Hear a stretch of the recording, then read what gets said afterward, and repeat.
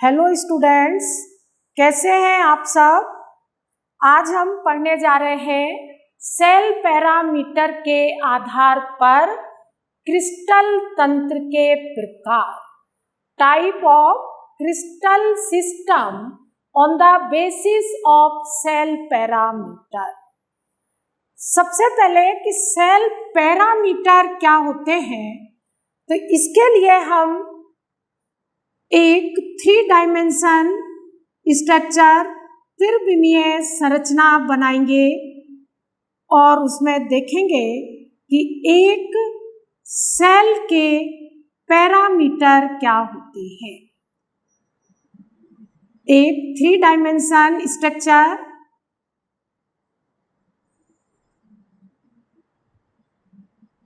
इस 3 dimension structure में cell के पैरामीटर देखना है। सबसे पहले हम इसके जो 3 डायमेंशन 3 अक्ष हैं उनको हम स्पष्ट करेंगे। 3 अक्ष, एक्स अक्ष, वाई अक्ष एंड जेड, ये तीनों एक्सिस हैं, एक्स अक्ष, वाई अक्ष और जेड अक्ष। इस अक्ष में हम यदि अक्षीय लंबाई देखते हैं तो इस अक्ष पर यहाँ से यहाँ तक की डिस्टेंस, यहाँ से यहाँ तक की दूरी को ए से, इस अक्ष पर यहाँ से यहाँ तक की दूरी को बी से, और ये जो हाइट है यहाँ से यहाँ तक की डिस्टेंस को सी से व्यक्त करते हैं। यहाँ से यहाँ तक की डिस्टेंस ए, यहाँ से यहाँ तक की दूरी बी और यहाँ से यहाँ तक की दूरी सी, इन तीनों को हम अक्षीय लंबाई, एक्सियल लेंथ कहते हैं। ए बी सी तीनों क्या है? अक्षीय लंबाई। अक्षीय लंबाई या एक्सियल लेंथ कहते हैं। अक्षीय लंबाई को ए बी व सी से दर्शा रहे हैं और ये तीनों सेल पैरामीटर हैं जो अक्षीय लंबाई कहलाते हैं।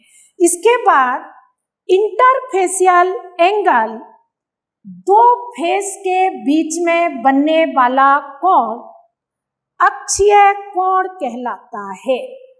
दो फेस के बीच में बनने वाले कोण को अक्षीय कोण कहते हैं।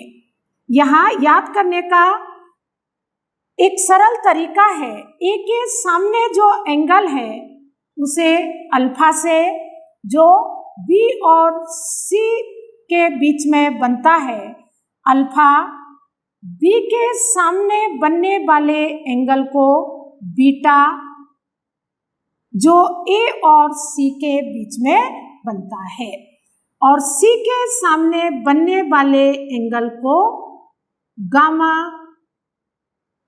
से व्यक्त करते हैं।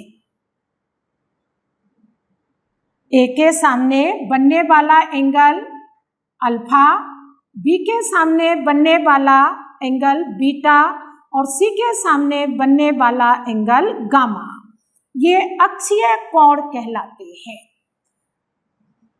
दूसरा पैरामीटर अक्षीय कोण या एक्सियल एंगल,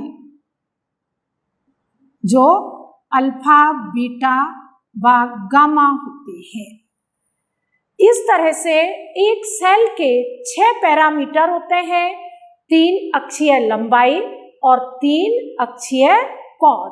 इन 6 पैरामीटर के आधार पर क्रिस्टल तंत्र को 7 भागों में बांटा गया है, या ये कहे कि सेल पैरामीटर के आधार पर 7 प्रकार के क्रिस्टल तंत्र प्राप्त होते हैं। उन 7 प्रकार के क्रिस्टल तंत्र को क्रम से लिखेंगे। इन्हें आपको एक क्रम में याद करना है।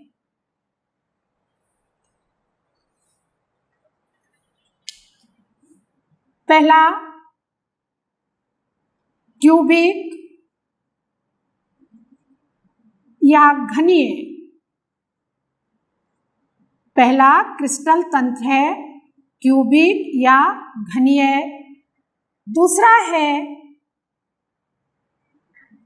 टेट्राहेड्रल, टेट्राहेड्रल जिसे द्विसमलंबाक्ष, द्विसमलंबाक्ष कहते हैं। इसे चतुष्कोणीय भी कहते हैं। इसी को क्या कहते हैं? चतुष्कोणीय।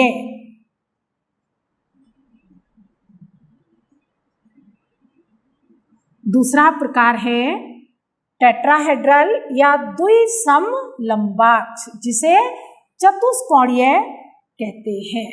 तीसरा क्रिस्टल तंत्र ऑर्थोरोम्बिक, ऑर्थोरोम्बिक जिसे विषमलंबाक्ष, विषमलंबाक्ष कहते हैं।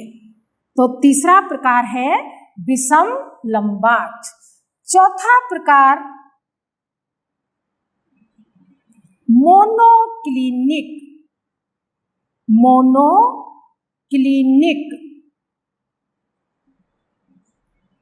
एकनताक्ष, एकनताक्ष, मोनोक्लिनिक या एकनताक्ष। नेक्स्ट है पांचवा प्रकार है ट्राइक्लिनिक, ट्राइक्लिनिक तिरनताक्ष, तिरनताक्ष या ट्राइक्लिनिक। जो 6 नंबर पर है, छठा प्रकार है हेक्सागोनल, इसी को कहते हैं षटकोणीय, षटकोणीय या हेक्सागोनल। और लास्ट है ट्राइगोनल, ट्राइगोनल और इसे कहते हैं रोम्बोहेड्रल, रोम्बोहेड्रल और इसी को कहते हैं त्रिकोणीय, त्रिकोणीय या तिरसमनताक्ष, तिरसमनताक्ष। तो ध्यान से एक बार नाम सुनेंगे। क्यूबिक घनीय, टेट्रागोनल द्विसमलंबाक्ष, आर्थोरोम्बिक विषमलंबाक्ष, मोनोक्लिनिक एकनताक्ष, ट्राइक्लिनिक तिरनताक्ष, हेक्सागोनल षटकोणीय और ट्राइगोनल या रोम्बोहेड्रल जिसे त्रिकोणीय या तिरसमनताक्ष कहते हैं। यहाँ इन 7 प्रकार के जो क्रिस्टल तंत्र हैं, इनमें अक्षीय लंबाई और अक्षीय कोण, इनमें वेरिएशन है। उसे हम एक एक करके पढ़ेंगे। अक्षीय लंबाई, यहाँ पर हम लिखते हैं क्रिस्टल तंत्र, क्रिस्टल तंत्र।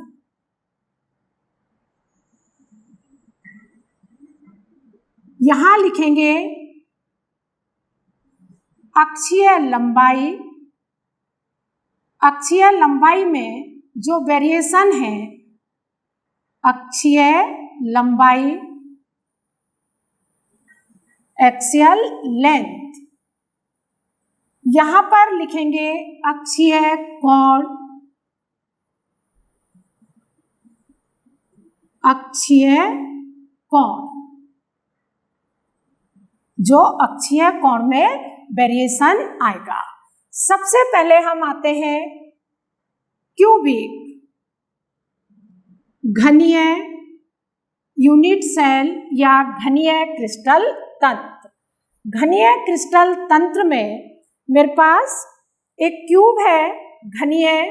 अब यहाँ पर आप देखते हैं इसके ये जो यहाँ से दिखाई दे रहे हैं ए, बी और सी, ये 3 अक्षीय लंबाई है जो बराबर है। तो यहाँ हम लिखेंगे A is equal to B is equal to C। तीनों भुजाएं बराबर हैं या तीनों अक्षीय लंबाई बराबर है। एंगल भी आप ध्यान से देखेंगे, ये एंगल, ये एंगल और ये एंगल तीनों बराबर हैं और तीनों 90 डिग्री के हैं। तो यहाँ हम लिखेंगे alpha is equal to beta is equal to gamma equal to 90 degree. Alpha is equal to beta is equal to gamma और किसके इक्वल है? 90 डिग्री के इक्वल है। तो अल्फा, बीटा और गामा तीनों एंगल आपस में बराबर हैं और 90 डिग्री के हैं। दूसरा प्रकार है द्विसमलंबाक्ष या टेट्राहेड्रल। टेट्राहेड्रल जिसमें ध्यान से देखें ए किसके बराबर है? बी के। A is equal to B is not equal to C. A और बी बराबर हैं पर सी के बराबर नहीं है। Alpha is equal to beta equal to gamma equal to 90 degree. किसके इक्वल है? 90 डिग्री के इक्वल है। यहाँ पर देखें इस तरह की स्ट्रक्चर होती है जिसमें ए और बी इक्वल है लेकिन सी इक्वल नहीं है। या आपने कभी देखा हो घर पर जब आपकी मम्मा बर्फी बनाती है तो कुछ इस तरह की आकृति यदि हो जिसमें 2 लेंथ इक्वल हो लेकिन तीसरी लेंथ हाइट इक्वल नहीं है, तो उसमें हम क्या देखेंगे कि 2 लेंथ बराबर है और तीसरी लेंथ बराबर नहीं है, पर एंगल कितने का होता है? 90 डिग्री का और सभी एंगल बराबर होते हैं। तीसरा प्रकार है विषमलंबाक्ष।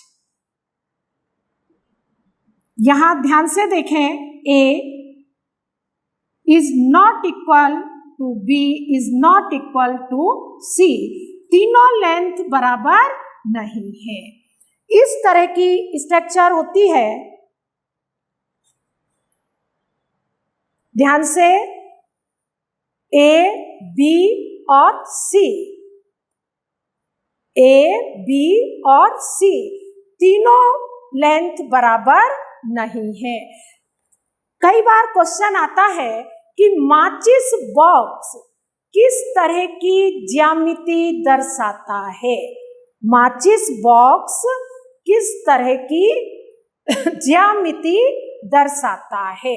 तो इसमें ए, बी, सी तीनों जो लेंथ है वो बराबर नहीं है, पर angle alpha equal beta equal gamma equal 90 degree. तीनों एंगल बराबर हैं और कितने के बराबर हैं? 90 डिग्री के बराबर है। अब नेक्स्ट है मोनोक्लिनिक, एकंताक्ष।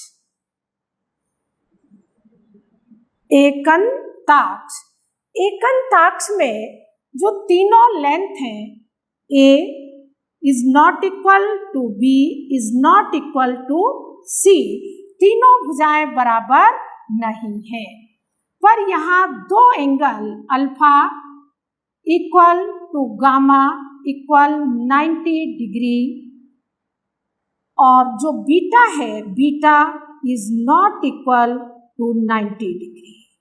ध्यान से देखेंगे, दो एंगल 90 डिग्री के हैं पर बीटा 90 डिग्री का नहीं है। तो यहाँ पर अभी एक एग्जाम्पल हमने बर्फी का लिया था, यहाँ पर कई बार इस तरह का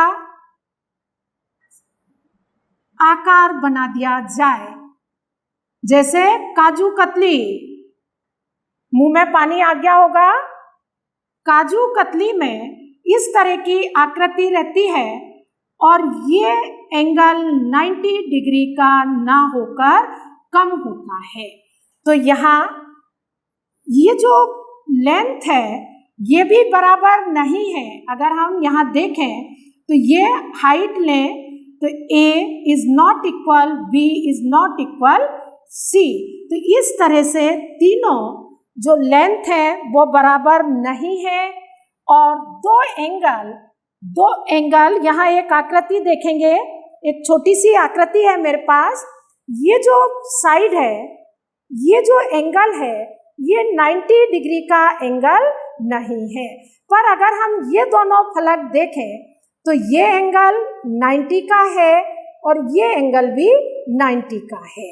तो इस तरह से दो एंगल 90 के होंगे और तीसरा एंगल 90 का नहीं होगा। नेक्स्ट है तिरंताक्ष। तिरंताक्ष, यहां आपको नोट करना है, ये जो तिरंताक्ष ट्राइक्लिनिक है इसको मार्क करेंगे। क्रिस्टल स्ट्रक्चर में सबसे जटिल, कॉम्प्लिकेटेड, सबसे जटिल संरचना है। इसमें A is not equal, B is not equal C, alpha is not equal, beta is not equal gamma, और जब आपस में इक्वल नहीं है तो 90 के होने का प्रश्न ही नहीं उठता। ये सबसे जटिल संरचना, यदि क्वेश्चन आता है कि क्रिस्टल लेटिस में या क्रिस्टल तंत्र में सबसे जटिल आकृति होती है, कौन सी? तिरंताक्ष या ट्राइक्लिनिक। इसके बाद अब हम आते हैं षटकोणीय, हेक्सागोनल।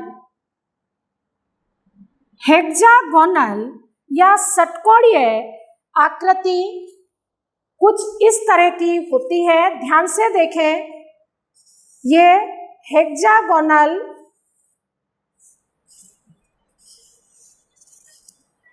कैसी आकृति है? हेक्सागोनल है। हेक्सागोनल में A equal B is not equal C। अगर हम यहाँ देखें तो ये A और B ये दो इक्वल है, लेकिन ये जो C है ये इक्वल नहीं है। A equal B is not equal C, ये A और B के बराबर नहीं होती। और यहाँ एंगल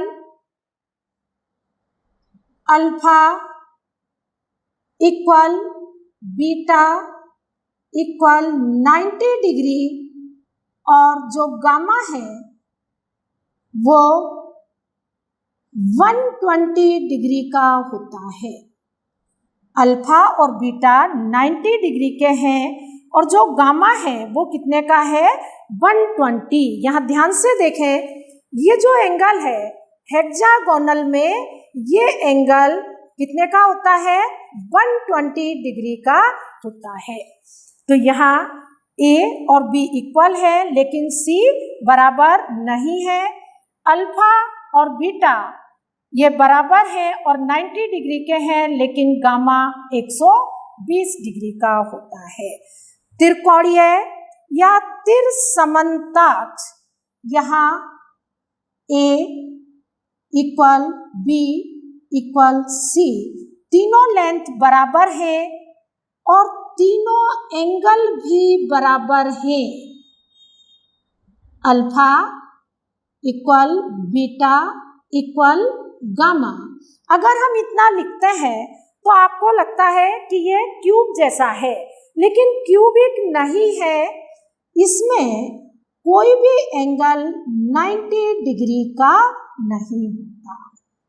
अब 90 डिग्री का नहीं होता तो आकृति कैसी होती है, जैसे ये एक स्ट्रेट, इसको हमने इस तरह से ट्विस्ट किया, इधर झुका दिया और ठीक इसी तरह से नीचे झुका दिया तो एंगल 90 डिग्री का नहीं होगा, पर जो लेंथ है वो इक्वल होगी और एंगल भी इक्वल होंगे पर 90 के नहीं होंगे। तो इस तरह से ये 7 प्रकार के क्रिस्टल तंत्र या क्रिस्टल सिस्टम है। क्यूबिक, द्विसमलंबाक्ष, विषमलंबाक्ष, एकंताक्ष, त्रिंताक्ष, षटकोणीय और त्रिकोणीय या त्रिसमांताक्ष। ये जो क्रिस्टल तंत्र है, जब हमने पिछले लेक्चर में इकाई कोशिका के प्रकार रीड किए थे या पढ़े थे तो उसमें हमने 4 प्रकार की यूनिट सेल पढ़ी थी। सरल, घनीय, फलक केंद्रित, अंतः केंद्रित और अंत्य केंद्रित। यदि हम व्यवस्था के आधार पर इन 7 क्रिस्टल तंत्र को 4-4 भागों में डिवाइड करें तो हमारे पास कुल कितने क्रिस्टल लेटिस आएंगे 28 प्रकार के। पर जो प्रायोगिक तौर पर, एक्सपेरिमेंटली प्रायोगिक तौर पर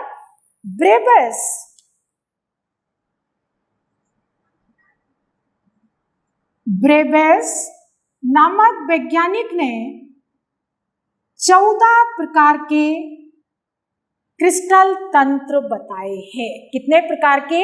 14 प्रकार के। और वो 14 प्रकार के 2-2 प्रकार के नहीं है। प्रैक्टिकली जो परमाणुओं की व्यवस्था इनमें पाई गई है वो अलग अलग प्रकार से है। सबसे पहले घनीय क्रिस्टल तंत्र में 3 प्रकार की यूनिट सेल पाई गई है।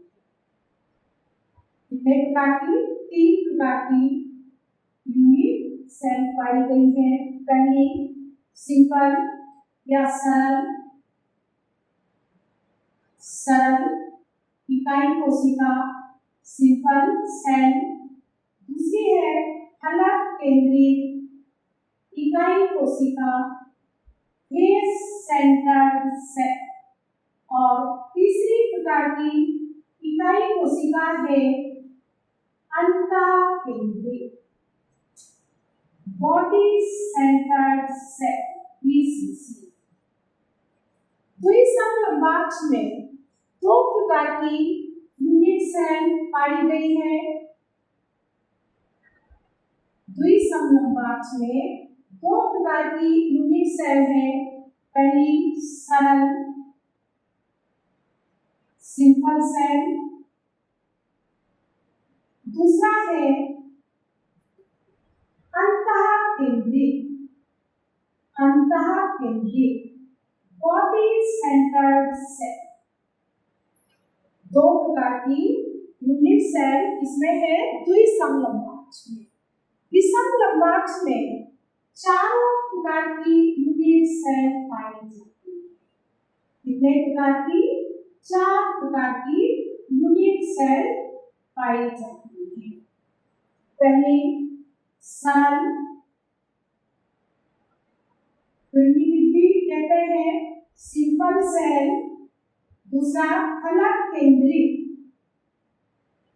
FCC बेस सेंटर्ड सेल, तीसरी अंतः केंद्रित BCC बॉडी सेंटर्ड सेल और चौथे प्रकार की अंत्य केंद्रित जिसे ECC एंड सेंटर्ड सेल कहते हैं।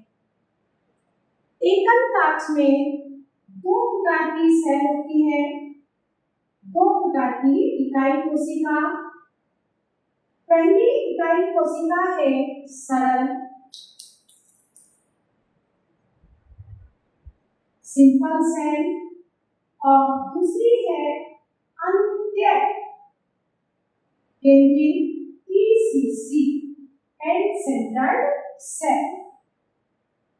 जो तीन बची है तिरंदाज, षटकोणीय और त्रिकोणीय या त्रिसमल कांच, इनमें केवल एक एक प्रकार की यूनिट सेल होती है जो सरल या सिंपल सेल होती है। सरल या सिंपल सेल होती है। इस तरह से हम सभी सेल को काउंट करें, इन सबको यदि हम काउंट करते हैं तो हमें 40 टाइम्स के ब्रेगस जालक मिलते हैं। ये महत्वपूर्ण टेबल है और इसमें भी जो क्वेश्चन आते हैं वो क्यूबिक सेल या क्यूबिक सिस्टम और हेक्सागोनल, ये दो आपको बहुत अच्छे से याद रखना है। इसके बाद तिरंदाज में भी याद रखना है, ये कॉम्प्लिकेटेड है। इस टेबल को अच्छे से याद करें, उसको समझें। यदि कोई डाउट्स आती है तो कमेंट बॉक्स में लिखें। Thank you for watching.